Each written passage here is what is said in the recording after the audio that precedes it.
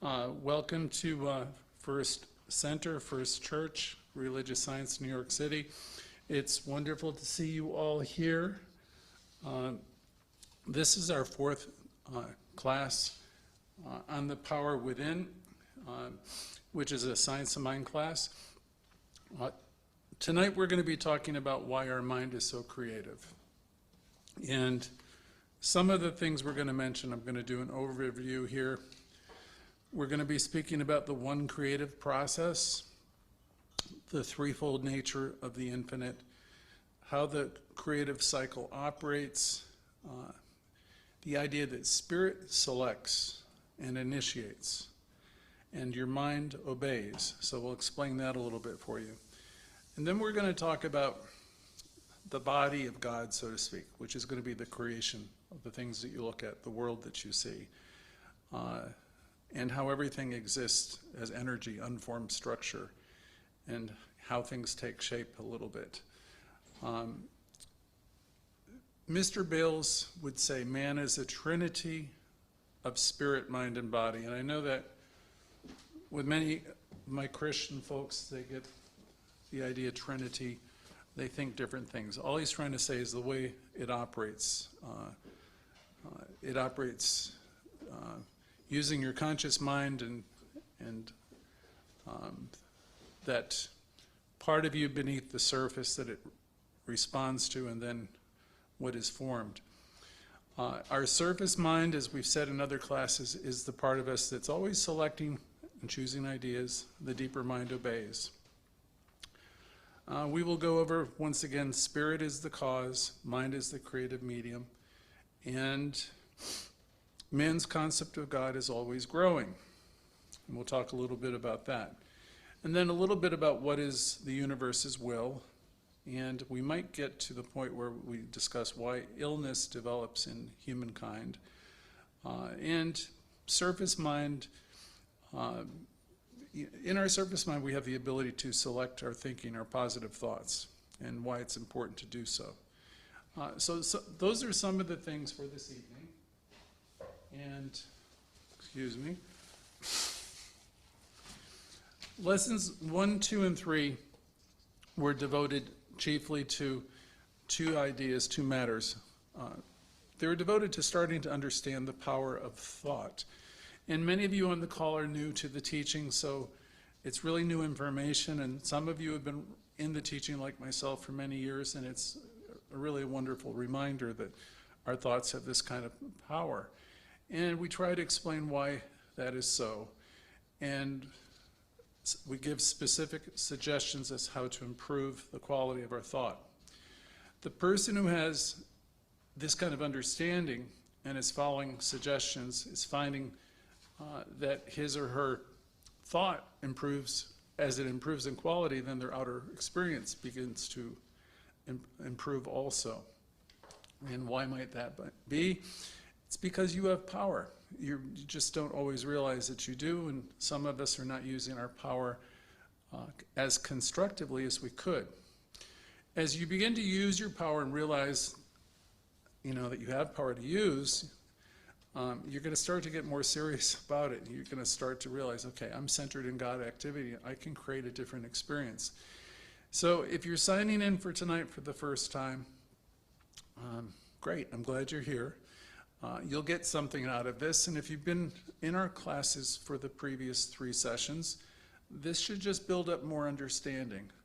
Tonight's class is a little bit, it's the one I don't really like teaching so much because it uses graphs and symbols that are found in the back of the textbook, and they're always a source of confusion for students. I've heard many of my I'll say fellow students over the years walking out of those classes trying to understand those charts, and I've heard different ministers explain them in different ways that cause equal confusion. So I don't want anybody to be all caught up in the charts themselves. If you get a hold of a Science of Mind textbook, you'll always find them in the rear of the chart, in the rear of the book, and I'm just holding you up a page right now. You can barely see it. And so there's 5 or 6 pages. And what I would suggest to you, and this also involves the work of Thomas Troward, who was Ernest Holmes' inspiration. You can study this in the back of the textbook.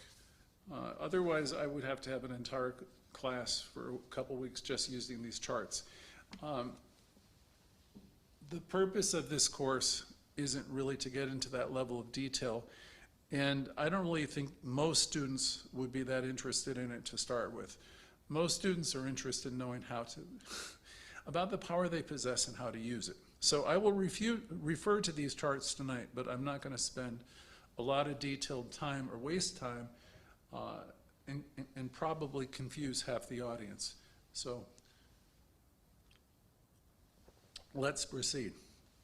I want to make sure everyone knows the difference between the activity of your surface thinking, which is my day-to-day thinking, all the choices I make throughout this day and I've been making this week. I think of that as more surface mind, or you might even say superficial. But it's important because those thoughts those are the thoughts that initiate new ideas. So it's not that they have no value. It's just we just think, and we're always responding to things. So it's smart to get a handle, or a better handle, on what we'll call the surface thoughts and activity. Those are your selecting thoughts. You have power to start using your mind in different ways, rather than constantly just reacting and responding the old ways. So that's characterized in these circles, new thought circles, by saying I choose, or I envision, I know, I have decided. Now, if you can just imagine yourself saying those words, those are purposeful statements. I choose, I select, I know, I envision, I have decided. If you're connected with a little bit deeper level of yourself when you're using those words, they become very powerful. So as we use these thoughts deliberately, they can improve in quality, they can change the circumstances of our lives. And you might ask, well, why is that? And again, the answer is because you have power. And your random thoughts collectively are creating your life. When you learn how to become a little bit more selective and channel those thoughts, when I say that channel, I mean select them. Start to be the guardian at the gate. When you become the guardian at the gate and you are purposefully selecting your thoughts, you'll be putting them into the deeper part of your consciousness, where they will then start to be reflected in your outer world. If you're signing in tonight for the first time, I want to make sure everyone again knows the difference between this activity of all our, our surface thinking, and understand that you have power in here to change them around. And when it comes to deeper mind obeys. You remember the genie from The Secret, your wish is my command. So deeper mind, you can think always as that part of your mind that obeys what you're thinking. So just understand you have power to use, and it will respond to you. Your surface mind is where you choose. It might be where you say, I intend, I select. Success in life depends on a large extent in you learning how to think differently. And when you clearly grasp this idea, you'll start to understand that you have power that you can use, greater than you, of which you're a part. New Thought authors have said, I speak my word. And that's not a phrase you hear so much anymore. That would have been done during the Barker Grayson area. I speak my word. And that's essentially, when you're connecting with yourself and you're doing affirmative prayer, you're using that conscious mind and you're selecting an idea, a powerful idea like I'm whole and I'm healthy, and you're bringing it into a deeper aspect of yourself, and then it will start to shape up and have form. We know that words have power because within yourself, there's a conviction of power and reality, and all of us are connected with it.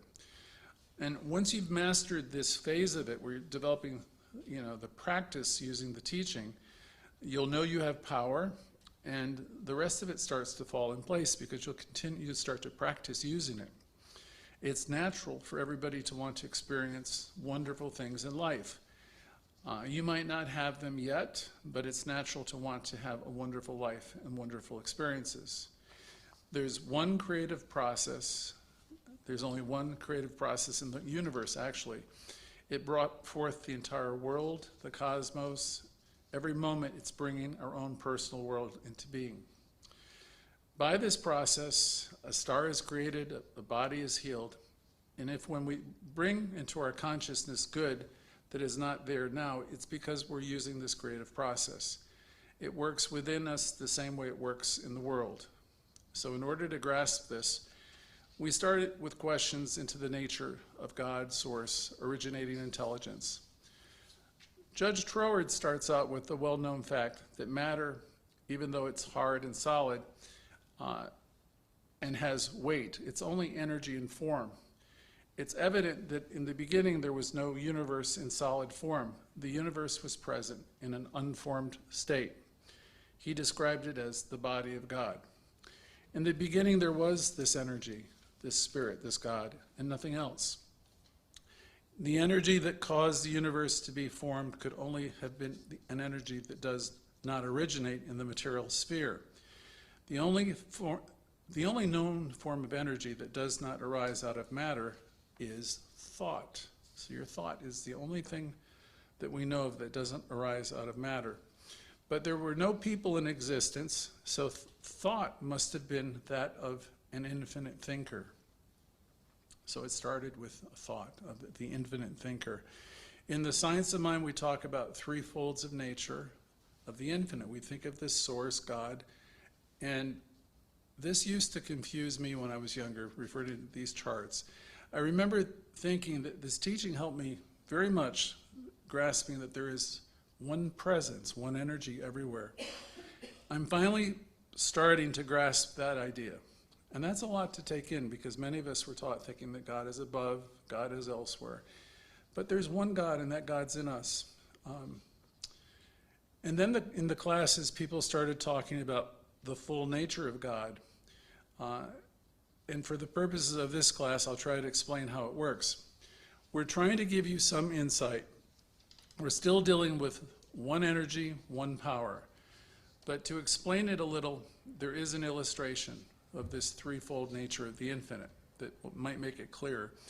If you think of a block of ice, we know it's ice and nothing else, but actually it's water, and with the slightest change it can also become steam. Placed in a pot on a hot stove, the ice soon becomes water, which is ice at a higher molecular vibration. Its molecules are moving at a higher rate than when it was ice. If you apply more heat, the water now becomes steam, a still higher vibration.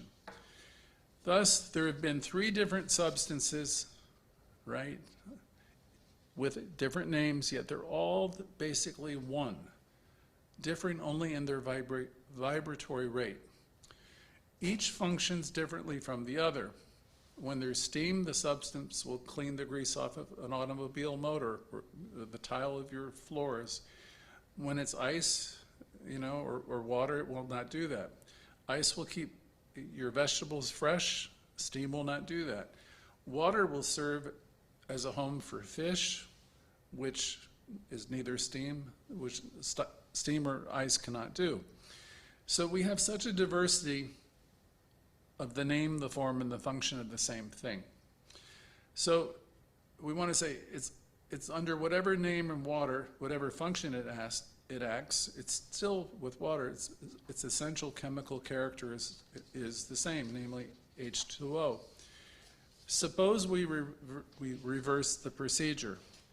Invisible steam emerging from the kettle spout becomes visible vapor.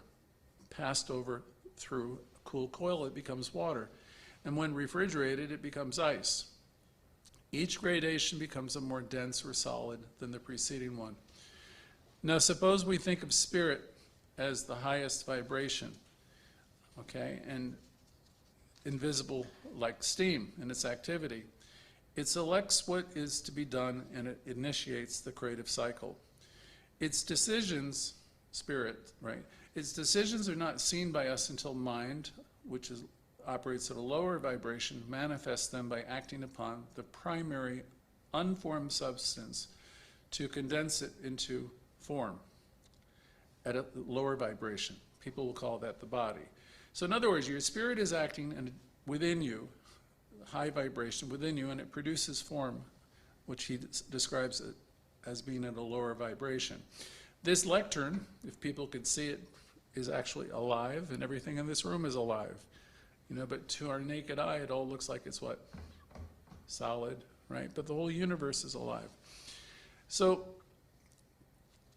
there's a creative sequence that's been completed. The analogy I just gave you helps some people understand, and other people it doesn't. It helps people understand how the creative cycle operates. In the creative process in the individual, this is Judge Troward's work, he had a keen legal mind, and he presents the most logical arguments for showing how this 3-in-1 operation works. Many of you, I know, do not need that information, but it is part of this course. So Judge Troward would be the person you'd want to study if you are bent towards that.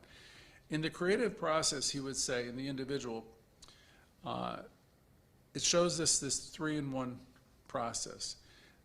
Let us see then how creation occurs using his ideas.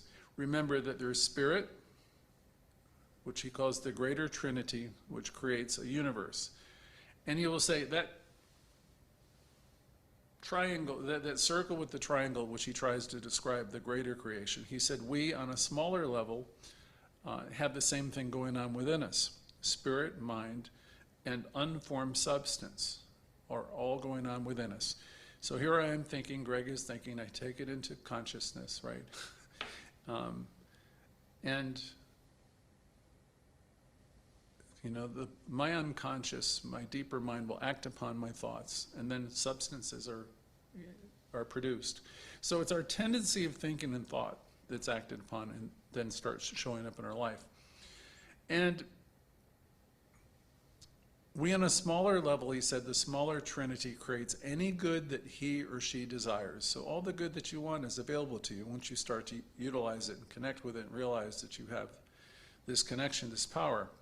And we've always had this power, but most of us don't use it. Most of us are reacting to everything in the world. Scientists tell us that matter must always have been present in an unformed state. So we can go right back to the beginning, right back to like the Big Bang. You know, there was a thought, you know, and something acted upon it. No one of the three created the others. So it's a mistake when you think of these diagrams to think that there's 3 gods or anything like that. What it really is, it's an attempt, and I don't even know if it's a good one, to explain the way it operates. Most of you are going to be satisfied just knowing that there is this presence, this power operating in you, through you, that responds to your thoughts and thinking. But Troward really does make an attempt to explain it in great detail, and people have been studying him ever since. So none of the 3 aspects have created the others. Troward speaks of spirit containing the primary substance and then projecting and evolving. There's an equality among these 3 phases since they've all been present throughout eternity. You know, perhaps it's the only way we see perhaps it is only in the way we see its operation. There being no real division, but only an apparent division in the way it functions. We use an imperfect analogy, and we call it spirit. We call it spirit the architect. As part of its indivisible being, it has mind, the builder, and unformed substance, the building material. Spirit, that's conscious mind, right? The architect brings its plans to the master builder and says, follow these. The builder takes them and complies with the directions, knowing that the architect specializes in drawing of the plans, not in the building. The builder does not draw the plans, but specializes in building. It is by the co-creation, cooperation of these two aspects that all the beautiful structures in the world have been erected and created out of unformed materials such as wood and rock and more. So again, source, God or spirit, and God as mind are two phases of the one acting together, working in close harmony. Neither is inferior to the other, they act as equal partners. Here's the part that's important. In a like manner, there's no division between my surface mind, your surface mind, and your deeper mind, okay? I have a lifetime of stuff within me, my consciousness. And you work on it to make it more positive, right? And then there's the stuff that I think of hour by hour, day by day. So in a like manner, there's no division between our surface mind and our deeper mind. They work together. The surface mind selects and presents the blueprint, while the deeper aspect of mind fabricates it, brings it into form. This is how he describes two phases of one activity. I could simply say to you, life is responding to you, and that would be enough for me. But other people want more, so I invite you to, study the back of the textbook or Troward if you really want to delve into it. The next point is the creative process in the universe and the individual. He refers to the charts. And some people find them helpful. A lot of people find them confusing. And if you're the type of student, again, who really wants to, if you're really good with math and analysis and you want to try to study this and figure it out, I would recommend picking up a copy of one of Troward's books by this title. The more you study Troward, the more clearly you will see how obedient a response you get from this creative power that you have within you. I could just as easily tell you to practice the teaching. If you keep on practicing seeing the God and good, if that's your preoccupation, you're going to eventually start to see the demonstration, the God or the good. Or you can really read these books, which many people find most difficult, and you'll arrive at the same conclusion. Most of you already know the law of mind, the law of attraction, and how this works, and have no desire to do that kind of study or reading, but certainly it's available to you, and I can refer you to those books. Some of you already realize or are discovering that you have tremendous power at your disposal. Some of you know or are learning that affirmative prayer treatment is extremely powerful once you learn how to master it. It's something much more than just affirming, wishing, and hoping. When we learn to do affirmative prayer treatment, we're using our authority. We're using authoritative knowing, and you're connected with the infinite. In the creative process in the individual, Judge Trower attempts to describe the process. He just describes or tries to describe the three phases of the infinite intelligence. And he said they're all acting as one. It was his attempt to explain how God or Source brought the whole universe into being. And by the same process, we human beings experience our world. There's the huge level in which it operates, and it operates, the same way within each of us, because each of us, as you've learned here, are individualizations of this source. He says that this is what the source or energy is in the large. It's operating with a thought that's acted upon and then it produces. And the same thing happens with all of us. And he went on to say the three phases of the infinite intelligence, acting always as one, complete the creative process. By this process, he maintained thoughts /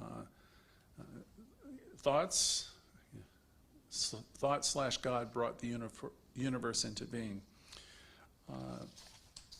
And I think I'm going to go past that. The more you master the underlying idea of the principles we teach, that you're operating, that you have things operating beneath the surface, the more you understand that, you're going to work with your treatments, you're going to become more clear in your choosing, And you're going to make statements into mind, and you're going to, Ernest Holmes said it's the time, the art, the method, of getting rid of the negativity. So you're going to work in your treatments and not just do them superficially like an affirmation, but you're going to take them into your heart and your consciousness and connect with them.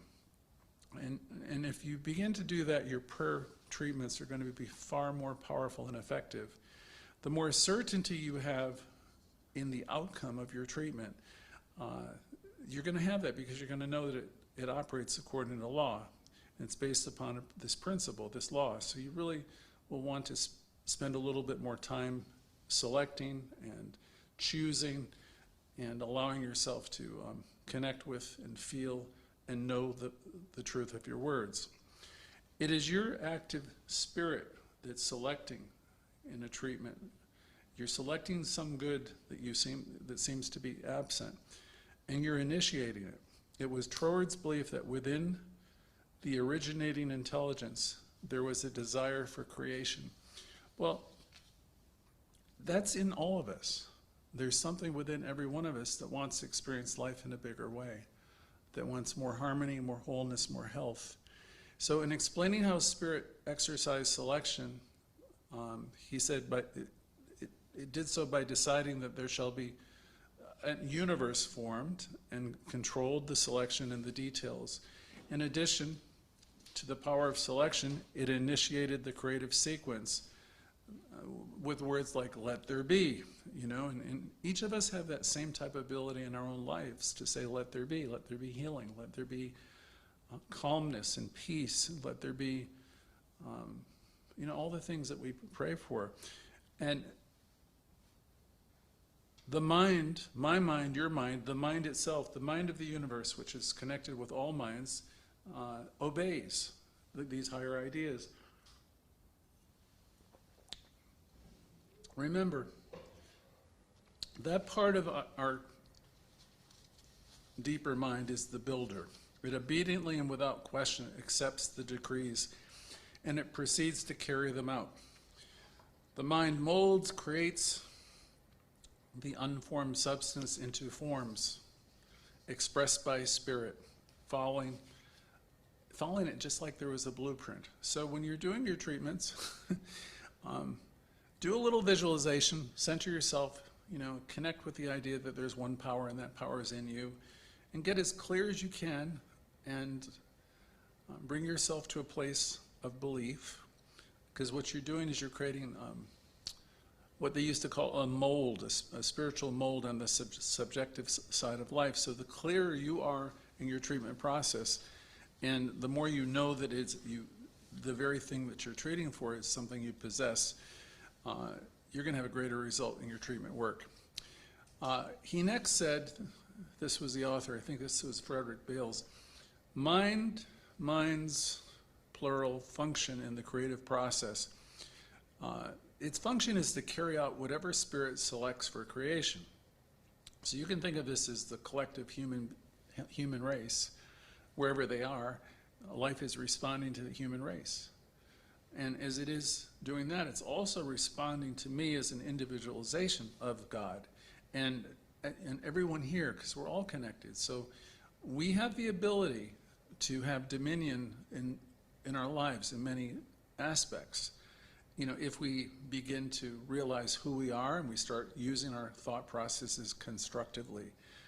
If you continue to use your thought processes destructively, which means you're all about every problem in the world and you're like hooked into that mass thinking, then you're going to pretty much you're pretty much going to create a world that's going to reflect what it is that you're dwelling upon, in terms of thought. So mind function of the creative process is to carry out whatever spirit selects. In it and in you have access to all knowledge, and it knows how to construct whatever needs to be constructed. It knows how, and it responds with quiet certainty. This deeper part of ourself never originates its own plan. It must always work from the pattern that's given it. So again, it's obedient. So keep that in mind with when you're thinking your thoughts. Think high thoughts, the best thoughts for you and the best thoughts for everyone else. Having a low opinion of yourself really works disasters in your life, and having low opinions of others and judgments in a similar way, it won't bring you what you want. So then he said, there's a result. There's magnificent demonstrations and forms. The universe, will produce a result of that. And in the old days, they would explain, well, this is the body of God. Well, it's the demonstrations of your thoughts, your thinking, and it's also the collective demonstrations of everyone's thinking. So the results, though, are always subservient to any action mind makes. Think about that. I can't blame my life on people. I always have a role in everything. Okay, I may not like admitting it, and it doesn't make me to blame for anything either. It's just the results that are in our lives are subservient to the action mind makes. So that's a huge argument for us to take a pause and start being committed to taking our thinking up to a more elevated place. For example, he said, it's easy, spirit is easily moldable into the form of rocks, trees, flesh, etc. The form is the original idea lowered into visibility to us. It was just as real when it was only a concept. So again, that means your thought is just as real as the demonstration.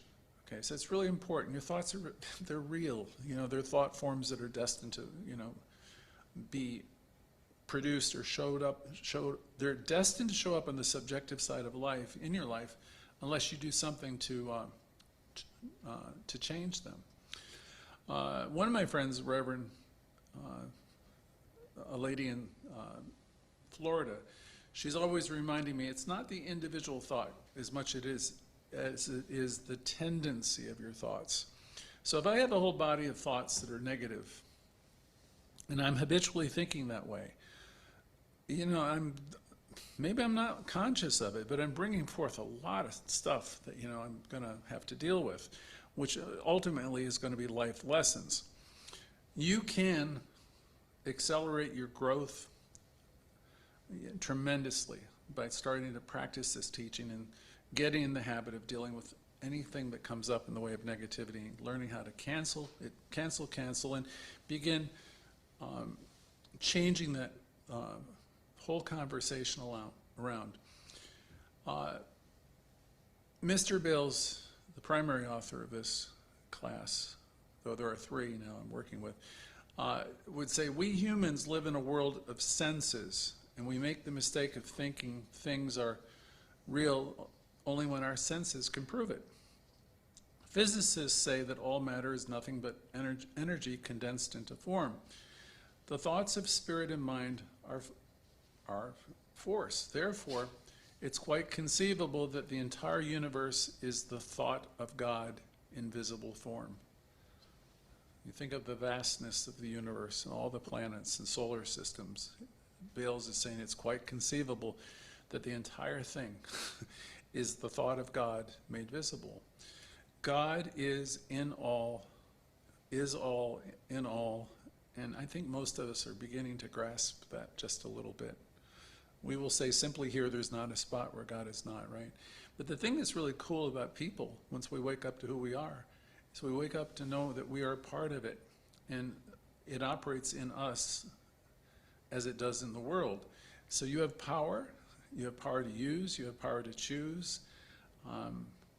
You're creating your world, and you have the ability to reconceive it. The final chapter has not been written. You can enact and use your power at any time.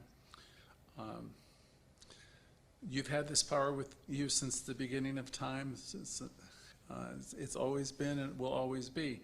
The entire universe, including us, can rightly be called the body of God. From this point of view, there was originally nothing but God. There still is nothing but God, though the forms change. God or source is in all, and in, how do we say it? We live, we move, we have our being in it. You couldn't be any more holy. You're part of it. You're one with it. In it we live, move, have our being. The student who understands this most clearly will do the best work in affirmative prayer, because they're always going to be treating for themselves and for others. A man or a woman also is, they're the whole thing. They're the trinity of spirit, mind, and body, right? We are in the small what God is in the large, is the way he described it. Humans are made in the image and likeness of the infinite, in that each has the power to create his or her own world. We therefore are spirit, where we're using our surface mind. We're spirit because we select all of our thoughts, right? And we can do it intelligently. And we are mind, meaning we bring it into our deeper mind, and then we're going to demonstrate. That's the body. This correspondence between our spirit, mind, and body, and in the larger mind, refers to the way it works. Again, our surface mind selects and initiates. That's the part where Ernest Holmes would say, I choose, I select. This is what you call your executive power. Please do not abandon your executive power. Please don't get into the stagecoach and hide out and think someone's going to save you. It's always the invitation to come out and begin to think again, to hitch your wagon to the stars. Psychologists say there's an area of our mind that selects. It's true. This is what we're talking about. That's our conscious mind, our surface mind. It has the power to select, initiate,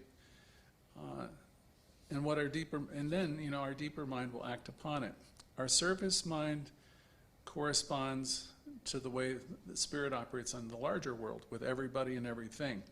So it's not so much the quality of a person's thinking, but the ability to select a course of action and to initiate the movement that fulfills it, that makes, that's the importance of our conscious, our surface mind. And that's the counterpoint to the way spirit works in the larger concept. And this is what those charts are about. You can study them back and forth, how spirit works in the large, and it works really the same way within all of us. The power to choose, to affirm, to know how great you are, and the power to create your life to be something amazing is humankind's greatest power. And within you, this deeper mind obeys. And with us, again, psychologists will tell us that humans have an obeying phase of mind.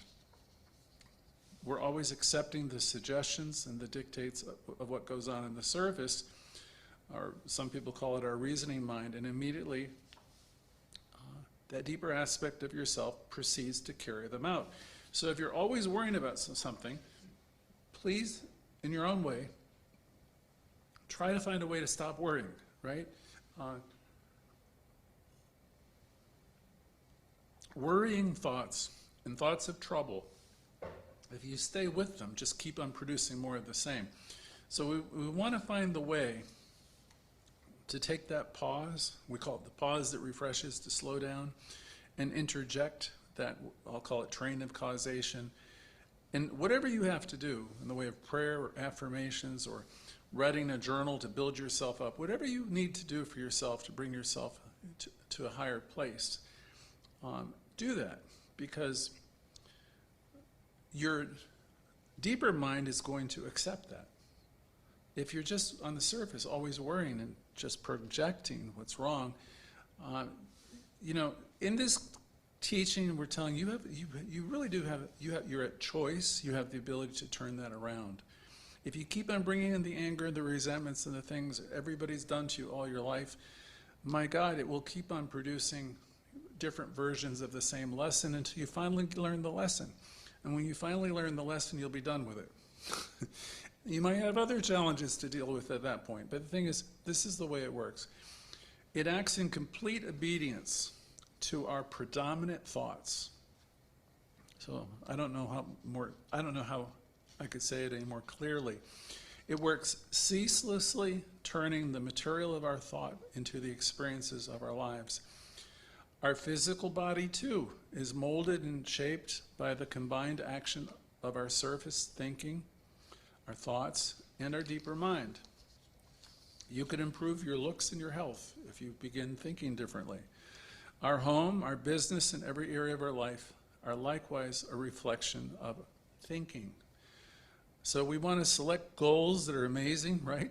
We want to select goals in our conscious surface mind, which will initiate a new kind of action that can be released into the deeper mind.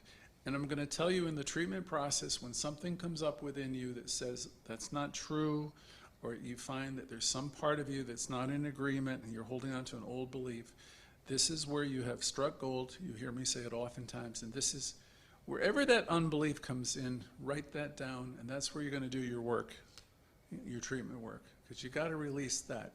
I'll say, I release the need in me to sabotage myself. I release the need in me to do this to myself. I release the need, and turn it around and tell yourself the opposite. So we select a goal in our conscious surface mind, which initiates the action, releasing it into deeper mind. And what you really want to have in that process, you have an acceptance of the good, right? So you can't gloss over these problems. When they come up, you want to deal with them, not be afraid of them, deal with them by telling yourself the greater ideas of truth, neutralizing the negatives, and passionately telling yourself the truth of who you are. We understand from every class we've ever taught you here that everybody makes mistakes while learning. And you may have made mistakes, but you are not a mistake. So within yourself, somehow, some way, you come to the place to forgive yourself and to turn that dialogue around into something much more positive. And when you do, mind is going to obey the decree and will act upon it to bring forth a better experience for you. Each of us has the power to reproduce the creative process in ourselves and in our affairs. We can use precisely the same creative process to bring about a change in our personal life as the infinite used to bring the universe into being. Again, spirit is the cause. Mind is the creative medium.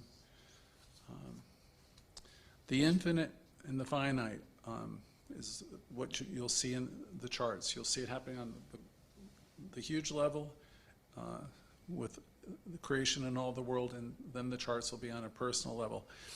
Our choices originate in our surface mind. Okay, this is ideas of spirit. Out of the blue, I get a new idea. I have a dream. I think a new thought. And I say, yes, it's true. So wherever it comes from, I want to hold on to it. I want to exclaim it, and I want to make sure I embrace it. Our choices originate in our surface, but they come from spirit, and it's the action that brings them to pass is that of deeper mind. So you want to bring them into your consciousness and start to believe the higher idea. Once we learn to do this, it will come to pass. So Mr. Bill tries to talk about the working phase of these three actions within the mind of God. And he says the universe has the know-how. It knows how to build the things for you. You don't need to worry that part. It knows how to build a sun or a planet, a blade of grass or a tree, a cell or a child. It knows how to restore perfect structure. It knows how to heal your body. It knows how every successful business was ever built and how any person's life ever drew love and companionship. The universe has infinite knowledge, and it's absolutely, there's no limit to it. And it's dedicated to the will of mankind, humankind, in creating our own world. So it responds to, is what he's saying in a simple word, deeper mind will always carry out to completion any pattern that surface mind keeps at the focus of attention. So, last week we were talking about focusing. You can see something that's good, and then we kind of sometimes we just let it slip away. It would be smart if there's things that you really desire that you find a way. Put it down on a piece of paper, stay focused on it, and keep, when I say do an affirmative prayer for, keep it keep it in mind, keep it in focus. Dr. Bales, the universe is dedicated to the will of man or humankind in creating his or her own world. So it will carry out to completion any pattern that the surface mind keeps at the focus of your attention. So don't stay focused on negative things, please. Stay focused on the things that you know are good and your aspirations, the bigger ideas. Emerson would say, your wagon to the stars. Focus there. Don't focus on the. If you keep focusing on the problem, you know what you're going to demonstrate, right? So this is what he's saying. He'll go back to biblical times where he will say, let there be, right? The parting of the waters, or let there be light, let there be health, let there be. Because that aspect of you the decider, the selector, you get to choose. I so well remember my mother who used to say to me, it's entirely up to you. And God, I didn't know how important that was when she used to say it. It really is entirely up to us. And we get to choose, and we get to choose again and again. And then it begins to pass, and it begins to come forth into action. And it will come forth more quickly the clearer we get. So the more we bring this into deeper mind, we understand, to the extent we bring it in a deeper way, we understand that this deeper aspect of ourselves is dedicated always to obey. Now, if you're just saying it and you're not really believing it, then it's not going to demonstrate in the way you want, right? So the deeper aspect of our consciousness is there to obey and carry out the order. There's nothing inferior about the place deeper mind holds in this, what he describes, threefold action. We continue to repeat that this is one of the fundamentals in the science of mind, is that our surface mind has the power to choose and to select. So it's really important, all this stuff that we think about all day long, we think is harmless, but if you sharpen up that thought, and you will think, okay, I don't want to be part of the gossip anymore. I don't want to be a part of being programmed with every negative thing on television either. I want to focus my thoughts and keep my thoughts on high. I want to be a part of Spirit's business, my Father's business, or whatever you want to say. If we focus this surface mind, it has tremendous power, so that we have power in our conscious surface mind to select and to initiate. So I know most of us, we're plugged into iPods and devices and news and, and you can, no one here is going to judge you, but you can use that time in ways that are far more creative and beneficial for yourself. If humankind had only the ability to select and not the ability to initiate, we would be tantalized beyond endurance and would always be tormented by desire without the power to attain. Fortunately, Mr. Bales said the creative process will work unfalteringly for us. It will work for us individually, just as it does for the originating intelligence in the entire world. Each student, each of us on this call, can select goals, a goal or goals, to be demonstrated before the completion of this course. You can begin it tonight. You can begin it right now. We can then initiate the action in the creative cycle by speaking the word. I know, and I choose, and I am whole, and I'm healthy, and I'm valuable, and I'm lovable. We can do this powerfully and hopefully, with passion, declaring these things. And we can go forward in the conviction that we absolutely can and will reach these goals. Not in some far-off heaven beyond the grave, but here and now in the 2020s, right here in our lifetime, in this month, we're getting into August. Progress comes from using this great tool that we have. Holmes said the power we have, and using it, from using selection and taking this great initiative. And my goodness, Spirit's always trying to get us to take these clues. All of humankind's advances have come through the power of choice. The rise from the most primitive cultures on the planet to the most sophisticated civilizations has always been repeated over and over.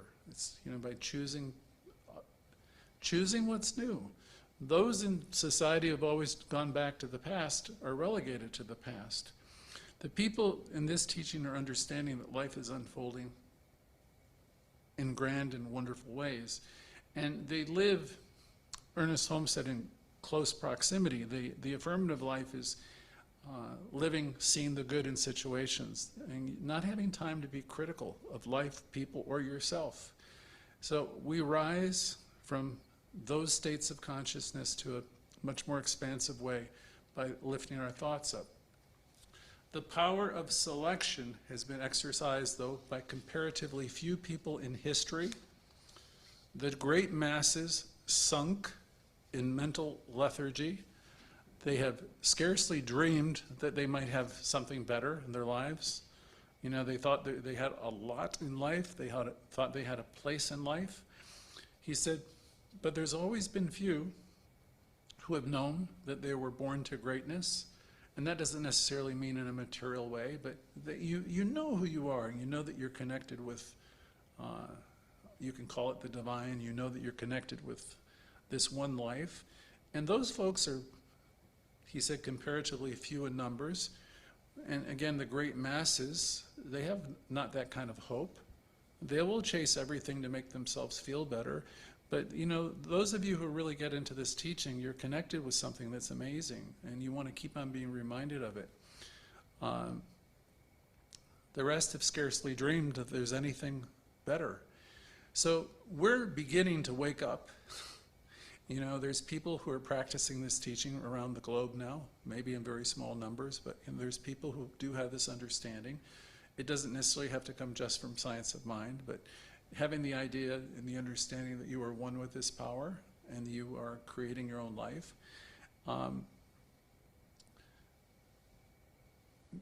So we get to do it, we get to empower ourselves and create lives where we have healing and health and great opportunities.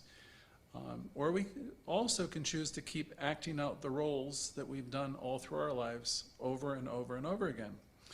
The thinkers in humanity, he said, often have been filled with divine discontent, meaning they know that there's more and they want to express more. And so they've chosen to seek greater expression. You know, they can't be boxed in. These people are relatively few in every age, yet these people, the thinkers, this would be like Ralph Waldo Emerson, who loved, you know, to find an individual thinker.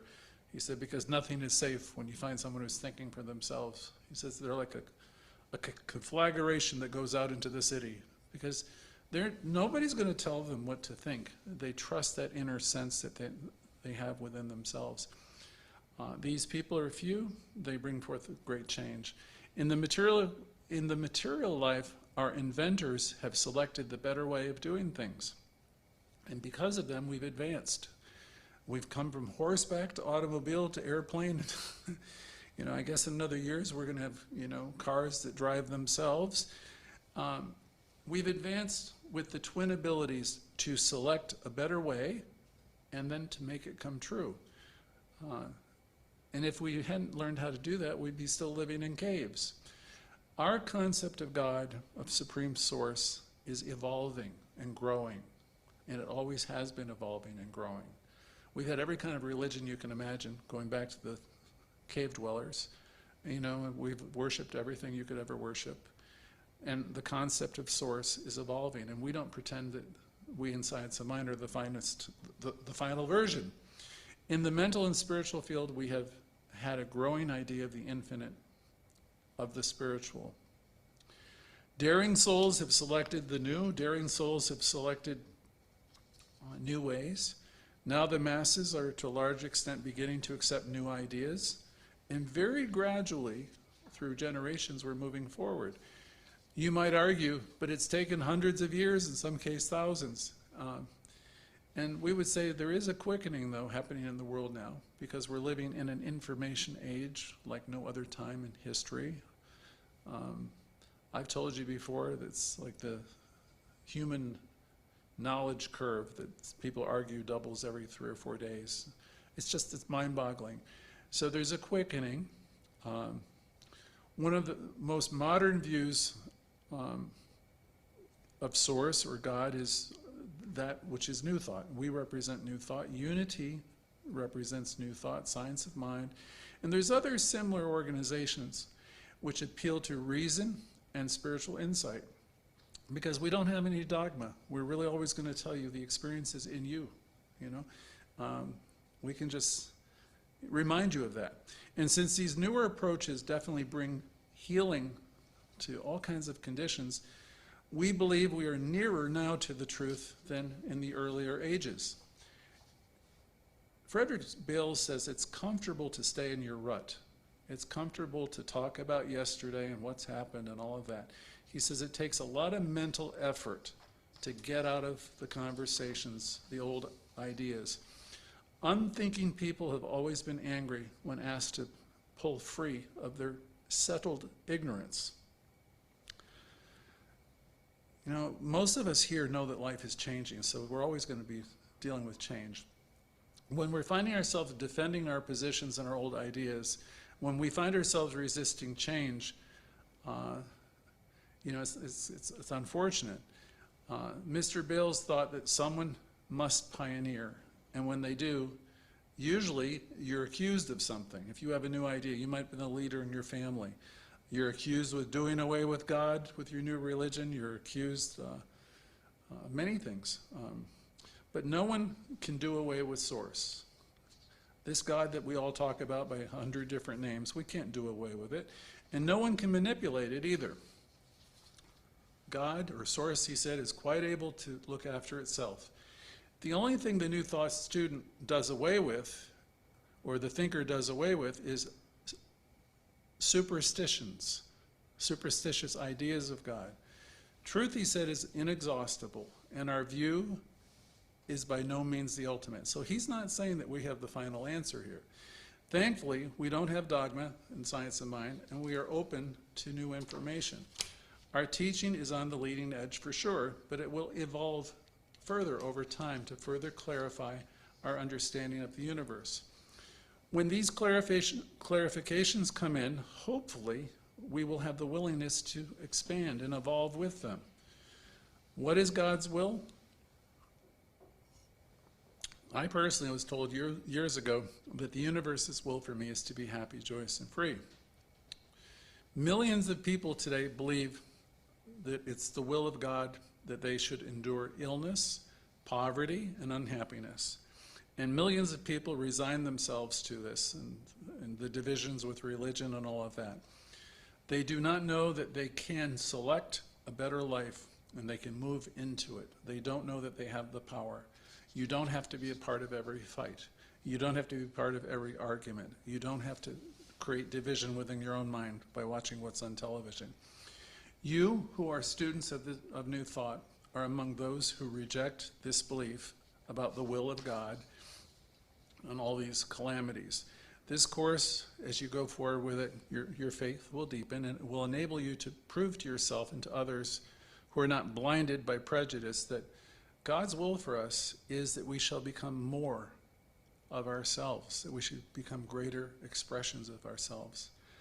God's will would be where we can release, you know, these hidden powers, and we can express ourselves freely and more authentically and draw more of our good to ourselves without hurting anybody, you know. So God's will for us, again, is to rediscover who we are and express who we are in freedom and in joy. He next addresses, coming down to the end of the lesson, why illness develops in people. His answer is, perhaps the student is now coming to see that sickness and other misfortunes that develop in the human being, they come in oftentimes because the deeper mind is compelled to accept whatever thoughts are given to it over time. The deeper mind doesn't have the power of choice. That's the thing he wants us to really understand in tonight's class. The deeper mind is an automatic receptor of the choices and thoughts that have already been made on the surface. And we spent a lot of time here talking in our various classes about the programming that happens when we're kids, and we need to dismantle some of it. So whatever's in that deeper mind, the subconscious, whether it's constructive or destructive, deeper mind must carry it out into form. It'll form the thought, it'll bring it to the surface. The person who is always thinking, talking, and reading about symptoms and illnesses, like I think of myself, I go to WebMD and I read everything I could have. He said that's like saying, let there be illness. The deeper mind will obey the decree, and it will produce illness. The person will deny this, of course, but that doesn't change the fact, with their mouth, he said, and they may be pleading for health, but when your thought is all about illness and everything you could be experiencing, you have a tendency to bring that forward. We're not always aware of the quality of our own thought, and certainly we don't notice at the lightning speed that we make choices in any given day, but we make thousands of choices every day. Once we become habituated to negative thinking, it's an automatic thing, and then it goes into mind and starts to show up. So Mr. Bill says we must be committed to selecting positive thoughts. Now, then you could go to Louise Hay, because that's her whole book is I love, accept, and approve of myself exactly as I am, and never, never, never criticize myself. So Mr. Bills is saying we must be committed to the process of positive thinking and selecting positive thoughts. Every thought has two sides. It has the positive and the negative. Whenever a thought presents its discouraging side to us, we can know that its positive side is there also. So there's not a thing that you can be thinking that you can't turn around. Whatever comes in as a negative, you have the power to, neutralize and reverse. But if you want to really reverse it, then you want to reverse it passionately and spend a little bit of time releasing the need for it. And you really want to do that work, because that will pay off big. For example, one cannot think of sorrow without also thinking of joy, because sorrow is the absence of joy. Illness is the absence of health. Poverty is the absence of prosperity. Failure is the absence of success. We can see now how highly important is the matter of selection. So when you see yourself going towards any of the negatives, what's the instruction? It's pretty obvious, right? Cancel it out. Say, I release the need for this. Cancel it and replace it with ideas of truth. Man, humankind. He used man. I'm always correcting. It's putting he and she. Humankind's deeper mind is the seat of his or her emotions and feelings. Our surface mind is the seat of our reason and choice. Deeper mind depends upon our surface mind to protect it from error. First time I've ever heard it said that way. Our deeper mind, where everything happens, right, depends upon our surface mind to protect it from error.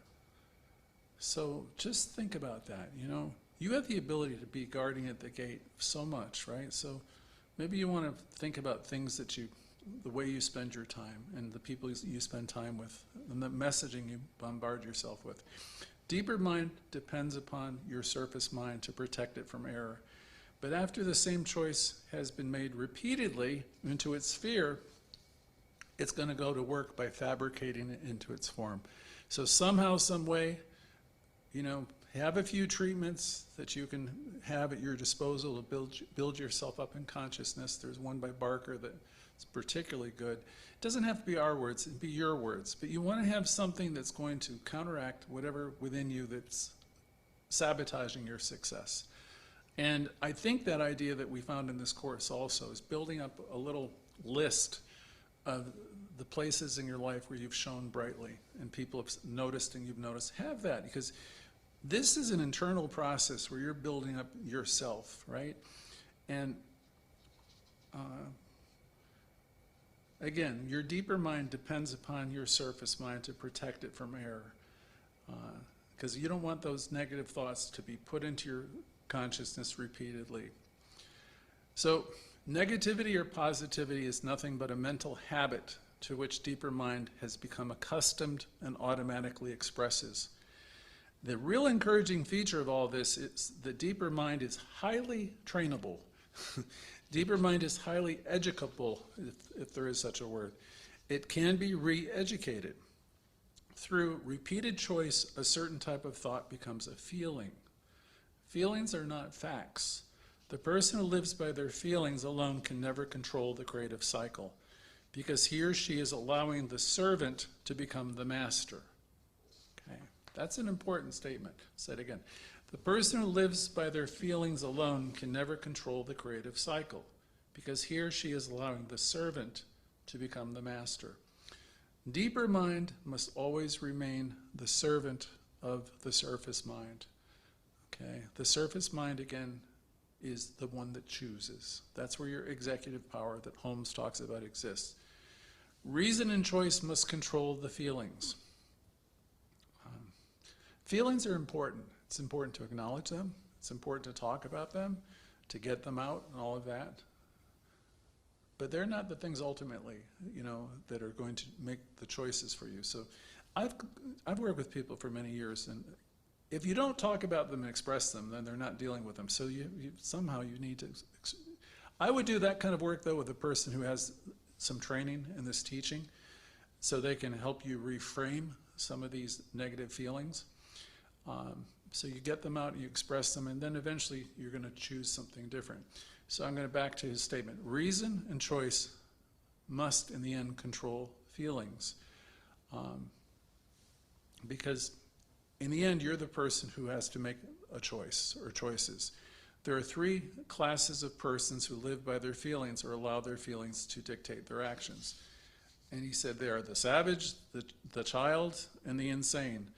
He says unstable, undeveloped, and then there is a civilized person who has the ability to reason and choose. The person who says, I just don't feel like working today and doesn't show up is headed towards failure, because they're mentally developed, and if they're saying, I don't feel like working today, he's saying the third person is the person who says, yeah, I don't feel like working today, but I simply must go to work. That person is using choice and taking initiative and is thus setting in action the creative cycle for a definite purpose. By the end of the day, that kind of person will have produced something worthwhile. So you want to use your intelligence. He says if you wake up blue, and a lot of people wake up and they have a sense of being down or depressed, people quite often say, I really intend to start thinking and acting positively, but when I wake up in the morning, it seems that there's a wave of doom and gloom taking over me, and I can't get started. And our teacher says that we cannot help it if the bird flies over our house. He says, but we can certainly keep them from building nests. So you might wake up that way, and I might wake up that way tomorrow, because we have a lot of challenges. But what are you going to do about it is the most important thing. We do this through, he said, we answer this through selection and initiative. The first thing upon awakening, begin remembering the good, begin to bring in a positive statement, or any one of these couple lists that I've been talking about. Have a meditation or have a gratitude list or a list of some of your accomplishments that I've spoken of several times. Don't let waking up blue or down be the way you define the way your day is going to go. So exercise selection and take initiative. Choose to direct the mind in the direction of good. We have done this in different ways in these previous classes. Say to yourself, I wonder what nice experiences I'll have today. Or like my father used to say to me, Gregory, what exciting challenges do you have today? You might ask yourself, I wonder what opportunities I'm going to uncover. Frederick Bales is wanting to emphasize one last point. He says, our deeper mind can be re-educated, and you have the power to do it. So cultivate positive expectancy of good. Do it deliberately. Stop talking about having tough times, tough marriages, tough finances. Stop all that. When you're experiencing the bad, or what would be negative, where there's a slant in that way in your thinking, begin to challenge those patterns. And if you're talking negatively about people, stop. Turn it around. That's your responsibility. Be determined to see the God in good, and be determined to be the lifter. Be determined to take charge of that. So you can establish a new positive pattern. Establish a new positive pattern, and remember, even though you might have been thinking negatively on the same subject for 30, 40 years or more, it does not take 40 years to overcome a habit and to turn it around. One single constructive thought is more powerful than 10,000 destructive thoughts, because the constructive thought is in line with the thinking of the originating intelligence and therefore has greater force. Start every morning, somehow, some way, with a positive statement, positive affirmation. Doesn't have to be ours. Ours are no more powerful than yours, but start with one that you can connect with. Or take Raymond Charles Barker, look into the mirror and give yourself some positive messaging. It will pay real big dividends.